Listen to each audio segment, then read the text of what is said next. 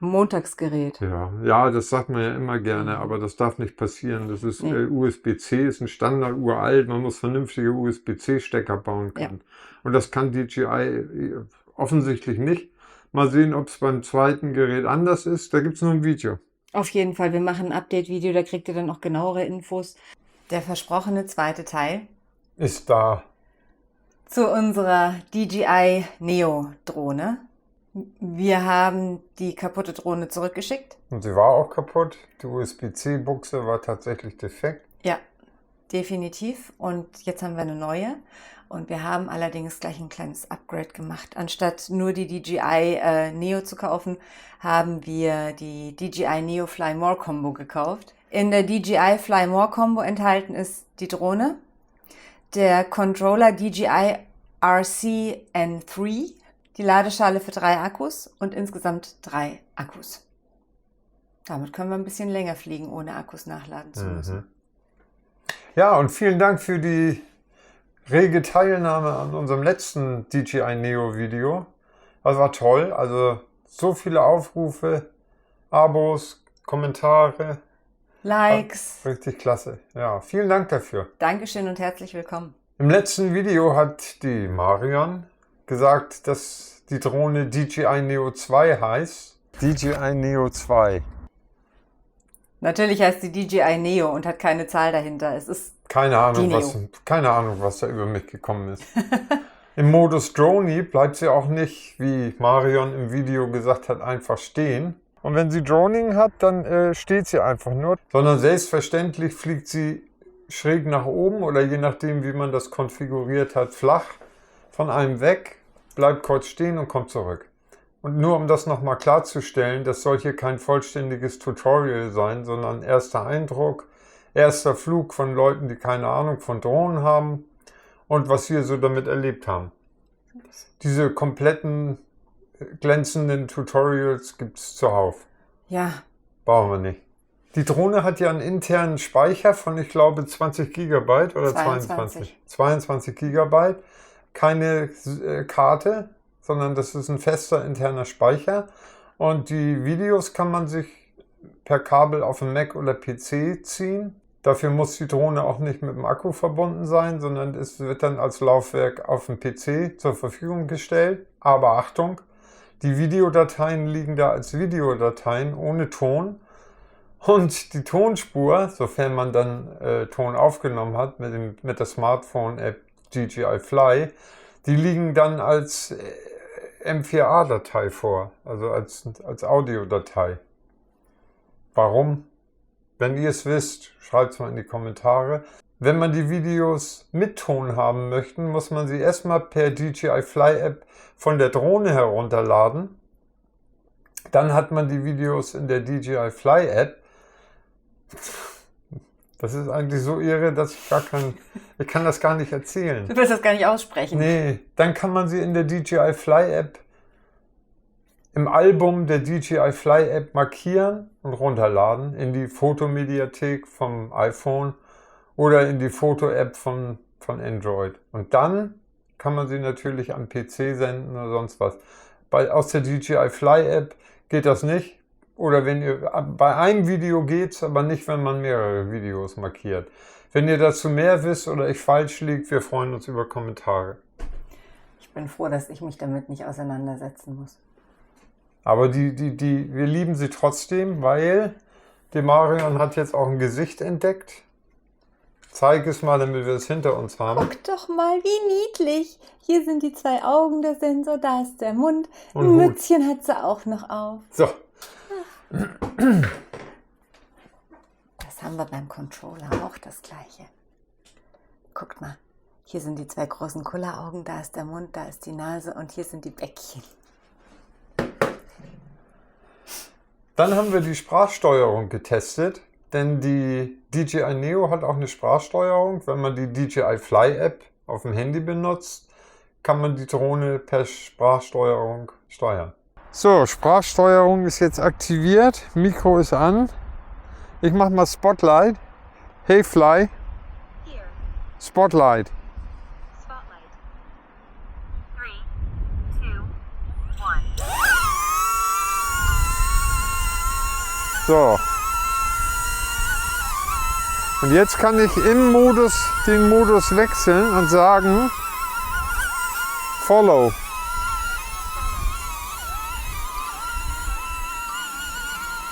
Und sie folgt. Die Sprachsteuerung muss man aktivieren in den Einstellungen, wenn man mit der Drohne verbunden ist. Und dann kann man loslegen. Wenn die Drohne mit der DJI Fly App verbunden ist, kann man auch Audio auf den Videos, die die Drohne macht, aufnehmen. Das Drohnengeräusch wird dabei rausgefiltert. Die Audioaufnahme geschieht nicht durch die Drohne, sondern natürlich durch Smartphone, die das dann mit dem Video von der Drohne synchronisiert. Jetzt kann ich hier ins Handy sprechen und die Drohne filtert und nimmt meine Sprache auf. Taumelt im Wind. Ich bekomme aber auch Warnung, dass es sehr windig ist. Aber das ist halt die Sprachaufnahme von der Drohne. Dann haben wir sie auch mal schön im Wind testen dürfen können müssen, die kleine Neo. Haben dabei festgestellt, dass zum einen, wenn du die DJI Fly App gestartet hast, auch gleich eine Windwarnung erscheint, wird rot eingeblendet. Weil sie ganz schön hin und her wackelt, ne? Aber wir hatten auch richtig Wind, muss man sagen. Es war richtig windig, richtig schön schräg gestellt, wenn ihr euch das mal anguckt. Hat geackert. Mhm. Und sie hat es aber trotzdem gut gemacht, also sie ist uns nicht abgestürzt. Nee, sie hat richtig gegen angeackert und ja, damit kannst du dann natürlich mit den Videos nicht viel anfangen. Die sind dann natürlich hin und her gewackelt. Übrigens, mit diesem eingeblendeten QR-Code oder dem Link in der Videobeschreibung könnt ihr anonym und kostenlos unserem WhatsApp-Kanal beitreten, um immer auf dem Laufenden zu sein. Und in unserem Mitgliederbereich findet ihr exklusive Inhalte und Vorteile. Den Link zur Kanalmitgliedschaft, den findet ihr ebenfalls in der Videobeschreibung. Wir freuen uns auf euch. Wenn du die DJI Neo mit dem Controller verbindest, dann hast du erstens in der DJI Fly App eine vollkommen andere Benutzeroberfläche. Dann siehst du vollflächig das, was die Drohne sieht und hast aber auch viel mehr Einstellmöglichkeiten. Sprich, du kannst die Schärfe einstellen, Belichtungskorrektur, Weißabgleich und. Und man sollte die Schärfe ein bisschen runterfahren, weil von Haus aus finde ich das Bild zu scharf. Das sieht ein bisschen künstlich aus. Ich mache also immer so -2, Belichtung auch ein bisschen runter, weil die hellen Töne ausgefressen wirken manchmal. Also damit man vom Himmel nicht nur weiß sieht, sondern auch blau, sollte man die Belichtungskorrektur noch einstellen. Und ja, ansonsten ist der Controller, wenn jemand Spaß hat, die Drohne so zu fliegen, eine tolle Sache. Weiterer Vorteil am Controller ist auch, dass man eine größere Reichweite hat und sie höher fliegen kann. Mit Controller hat die DJI Neo in Europa eine Reichweite von 6 Kilometern. Sie kann theoretisch 10, das darf sie bei uns aber nicht. Und sie kommt eben auch wesentlich höher als bei einer Steuerung ohne Controller. Dann nochmals danke für die vielen positiven und kritischen Kommentare. Das hat uns sehr gut gefallen. Da sind ein paar Fragen aufgekommen. Zum Beispiel wurde gesagt, ja, wir hätten ja einfach ein anderes Ladekabel nehmen können. In Bezug auf unser Problem mit dem Laden direkt an der Drohne. Wir haben 5, 6, 7 verschiedene Kabel getestet, die bei uns normalerweise funktionieren, mit jedem anderen Gerät. Nur bei der DJI Neo hatten wir einfach dieses Problem. Heißt, es lag definitiv nicht an dem Kabel, das wir genutzt haben, sondern es lag an der Drohne. Die haben ja auch geladen, wenn man gedreht und geruckelt hat. Also es war die Ladebuchse, das ist jetzt behoben, alles in Ordnung. Und dann hatte ich gesagt, dass wir für unsere Haftpflicht irgendwas um die 10 Euro bezahlen. Im Monat? Im Monat, aber das stimmt nicht, sondern wir bezahlen im Jahr so 45 oder so. Da hatten viele gesagt, ja, die kriegt man schon für 3, 4 Euro im Monat. Jawohl, richtig. Dann hatten wir öfter in den Kommentaren, dass die Drohne nur ein Spielzeug sei, dass die Bildqualität schlecht ist und es sich einfach nur um Spielzeug handelt. Mhm. Sehen wir nicht so. Also für uns ist das eine Vlog-Drohne oder eine Drohne, wenn man außerhalb des professionellen oder semi-professionellen Bereich entweder Spaß hat, eine Drohne zu fliegen oder ein paar schöne Aufnahmen im Urlaub machen will oder fürs Vlog oder was auch immer. Ja, also so pauschal zu sagen, es ist ein Spielzeug, halte ich für falsch. Kurzsichtig. Ja, das ist ja auch so, sie ist, was sie ist und sie ist total praktisch. Sie macht gute Aufnahmen. Man kann sie, Packmaß ist super, man kann sie Einfach mal starten lassen, ohne Tamtam. Also wir haben neulich jemanden Drohne fliegen sehen an der Elbe. Der hatte so einen Koffer aufmachen, die Drohne, die musste hingestellt werden. Dann hat er seinen Controller ausgepackt. Das kann man alles machen, das ist auch in Ordnung. Aber wenn man andere Sachen macht und nur nebenbei mal so einen Shot haben will, dann nimmt man dieses kleine Monster, hält es hin und sagt, hoch mit dir. Ja. Da braucht man nichts. Das finden wir gut. Ja, wenn der Schwerpunkt der Filmerische nicht auf dem Drohnenfliegen liegt, sondern das einfach nur so ein zusätzliches Gimmick ist, man es gerne leicht mag, handlich, komfortabel und schnell zu bedienen, ist sie super. Dann wurde gesagt, die Drohne sei erstens zu laut und zweitens sei das Geräusch sehr unangenehm. Ja, sie ist laut. Und das Geräusch, man kann sich Schöneres vorstellen. Also schön ist es nicht. Aber es ist eine Drohne. Also mehr ist dazu eigentlich nicht zu sagen. Ne? Es ist eine leichte, kleine Drohne. Natürlich macht sie Lärm. Natürlich ist nicht alles so Also Thema durch. wenn es um Aufnahmen geht, dass da die Geräusche stören, da hat man in Final Cut oder was weiß ich, da hat man Technische Möglichkeiten, Einstellungsmöglichkeiten. ich spiele euch das mal ein. Einmal die Drohne mit der Filterung am Handy. Dann von unserer anderen Kamera, die mit unseren DJI-Mics verbunden sind, die Aufnahme, da hört ihr die Drohne natürlich auch. Und dann nochmal die gleiche Aufnahme, aber mit einer Stimmisolation von Final Cut. Dann habt ihr mal 3 Vergleichsmöglichkeiten. Habt ihr gleich mal die Vergleichsmöglichkeiten. Jetzt kann ich hier ins Handy sprechen und die Drohne filtert und nimmt meine Sprache auf. Taumelt im Wind. Ich bekomme aber auch Warnung, dass es sehr windig ist. Aber das ist halt die Sprachaufnahme von der Drohne. Vom Handy zur Drohne. Jetzt kann ich hier ins Handy sprechen und die Drohne filtert und nimmt meine Sprache auf. Taumelt im Wind. Jetzt kann ich hier ins Handy sprechen und die Drohne filtert und nimmt meine Sprache auf. Taumelt im Wind. Sie ist schüchtern. Landing. Ja, sie ist schüchtern, aber sie hat mit diesem Wind halt zu kämpfen. Ne? Dann wurde kritisiert, dass diese Drohne keinen Kollisionsschutz hat. Stimmt. Hat Sie hat keinen Kollisionsschutz. Sie soll keinen Kollisionsschutz haben und wer eine Drohne mit Kollisionsschutz will, soll tiefer in die Tasche greifen, sich ein schwereres Gerät kaufen, dann hat er auch Kollisionsschutz. Wir haben ja im ersten Video die Drohne automatisch fliegen lassen und die funktioniert so toll, dass man da keine Sorge haben muss, die einfach automatisch von der Hand starten zu lassen, ohne Controller und so weiter. Eine Sache allerdings, wir hatten sie im Kreis fliegen lassen, im Modus Kreisel, in 20 Meter Distanz und da ist sie uns abgestürzt. Da haben wir das noch gar nicht realisiert. Die Marion hat sie ja von ihrer Handfläche gestartet in einer ganz normalen Höhe von 1,50, 1,70, ja. Und dann ist sie losgeflogen und hat das auch brav gemacht. Aber als sie wieder bei uns war, war die 30 Zentimeter oder 40 Zentimeter über dem Boden. Ja. Und das ist definitiv ein Softwareproblem. Also das darf nicht passieren. Die müsste natürlich auf einer Höhe fliegen und dann eben auch nicht auf 30, 40 Zentimeter über Boden theoretisch, sondern höher. Oder sie hat es nicht erkannt. Also das kann natürlich auch sein.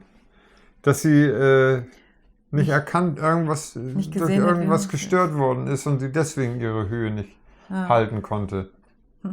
Mal gucken, wir werden das nochmal testen. Dann haben wir festgestellt, dass die DJI Neo bei den Modi Dronie und Rocket 2 verschiedene Aufnahmen macht. Eine Aufnahme, wenn die Drohne aufsteigt und dann eine zweite Aufnahme, wenn die Drohne runtersteigt. Verstehen wir überhaupt nicht, was das soll. Wenn ihr uns erklären könnt, warum das so ist, schreibt es gerne mal in die Kommentare. Vor allen Dingen gerade, wenn man da eine Sprachaufnahme macht über die DJI Fly App und die fliegt da hoch und man redet und oben bricht sie ab und macht eine neue Aufnahme, kannst du damit eigentlich nichts mehr anfangen, wenn du das durchgängig haben möchtest, was du da gesagt hast. Also verstehe ich nicht. Ja, mir ich denke auch, dass da nachgebessert werden muss. Das kann nicht gewollt sein. Aber wenn ihr mehr wisst, freuen wir uns über die Kommentare. Dann haben wir die Drohne mal getestet, nachdem ich mich mit Sonnencreme eingecremt hatte und hatte natürlich auch noch Sonnencremereste auf den Händen. Und dann wollte ich die Drohne auf meiner Handfläche landen lassen. Und die wollte nicht. Die ist immer zurückgewichen, immer weggewichen. Und wir vermuten, dass durch die Sonnencreme die Haut so geglänzt hat, dass sie das nicht mehr als Hand erkennen konnte. Ja, kann sein.